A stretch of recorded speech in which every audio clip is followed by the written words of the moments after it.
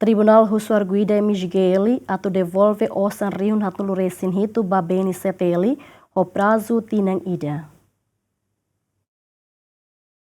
Tribunal Judicial Primeira Instância dele halo ona leitura ba caso ex-funcionária BNCTL o inicial MGL nebe foti osan rihun hatulu resin hitu resin iha banco BNCTL iha loron hitu fulan setembro tinan rihun rua runulu resin rua.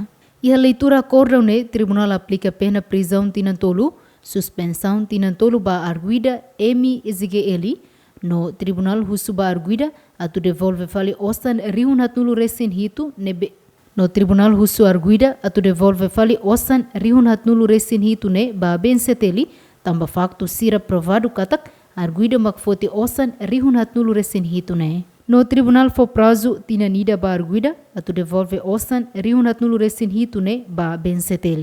Tambane wenhira Arguida MGL la devolve osan rihun hatulu resin hitu ne iha prazu tinanida ne Arguida se batama prisão efetivo tinantolu. Antes ne iha alegação Ministério Público li husi procurador adérito tilma husu ba Tribunal atu aplica pena nebe efetivo ba Arguida MGL no husu Arguida devolve osan rihun hatulu resin hitu ne tamba Ministério Público harekatak Arguida confessa factos ho lolos. Mas be parte defesa husu ba Tribunal atu castigo Arguida ho pena nebe kaman no mos hareba Arguida ne condição nune Arguida bela devolve osan rihun hatulu resin hitu ne ba BNCTL. Ministério Público acusa Arguida MGL ho crime fraude informática agravada, crime violação confiança agravada, crime falsificação agravada, crime peculato no crime prevenção no combate à corrupção.